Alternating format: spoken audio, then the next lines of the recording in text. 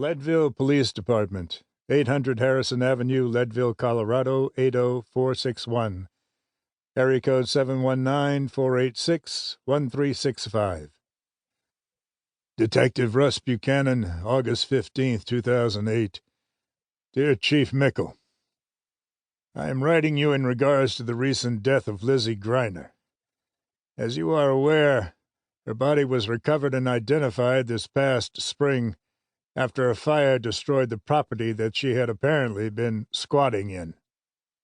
As you are also aware, several of her journals were recovered at the scene of the crime, having been kept safe in a fireproof box.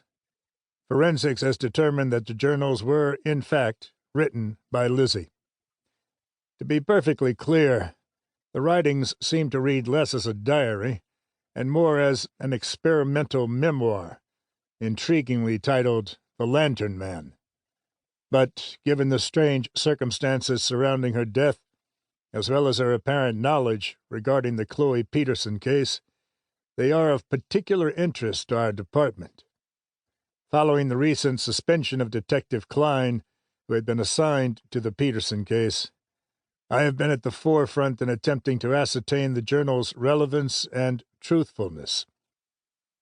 Despite the hearsay nature of the documents, I have been assured by legal that the journals can be used as evidence, assuming a factual analysis.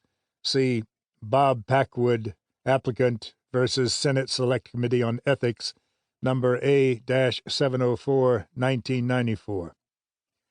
I mention this because, after Klein's initial investigation resulted in a pair of arrests, these writings have convinced me of the necessity to reopen both the Peterson and Greiner investigations. While I understand that it might be painful for many to relitigate these crimes, and will not be politically expedient, I still subscribe to the Fraternal Order of Police's motto of fairness, justice, equality. It is our duty, then, to determine the truth and levy justice, even if that truth and justice contradict our original findings. Of course, there are understandably bound to be concerns about relying too heavily on Lizzy's writings, especially considering her background. Indeed, she was somebody whose life had been impacted terribly by tragedy, and who might very well have suffered from acute mental illness, as detailed by her psychiatrist, Dr. Sharon Waugh. But owing to these many doubts of reliability, I have done my best to corroborate or refute all events detailed in her story. Therefore, as you read through Lizzy's narrative, transcribed, I have included my own investigative findings, written as footnotes. I have also included other documents pertaining to the investigation, including photos, letters, newspaper articles, and interviews conducted by myself and Detective Klein. I have placed these various documents not in chronological order, but in an order that I feel makes it easier to understand the circumstances and evidence surrounding the crimes.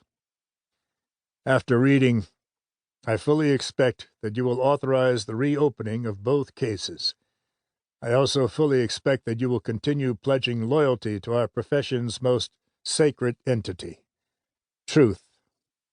Sincerely, Russ Buchanan, Detective Russ Buchanan.